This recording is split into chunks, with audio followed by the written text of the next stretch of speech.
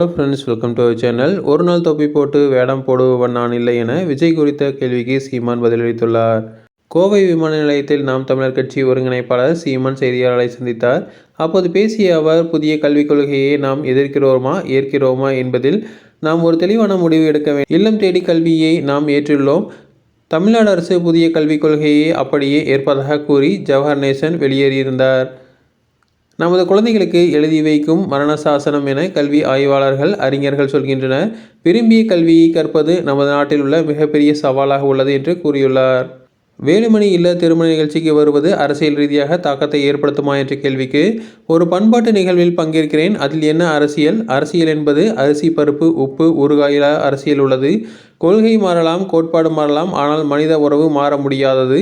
அதனை குழப்பிக் கொள்ள வேண்டாம் என இது ஒரு குடும்ப நிகழ்வு எனவும் தெரிவித்துள்ளார்.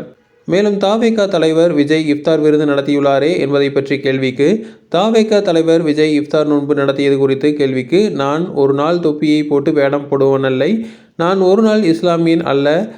நான் என் மக்களின் உணவுக்கானவன் இல்லை, உணர்வுக்கானவன், உரிமைக்கானவன், உயிரானவன். தம்பி அதை விரும்புகிறார், அதை செய்கிறார். அதை விமர்சிக்க வேண்டியதில்லை. இஃப்தார் விருந்தில் தொப்பியை போட்டு பங்கேற்காமல் விலைவாசி ஏறிவிட்டது என்று நீங்கள் சொன்னால் அதை பற்றி விவாதிக்கலாம். ஆனால் அவரால் யாருக்கும் எந்த பாதிப்பும் இல்லை. அது அவர் விருப்பம் என்று சீமான் தெரிவித்துள்ளார். தொடர்ந்து இதுபோன்ற செய்திகளுக்கு எங்கள் சேனலை சப்ஸ்கிரைப் செய்வோம்.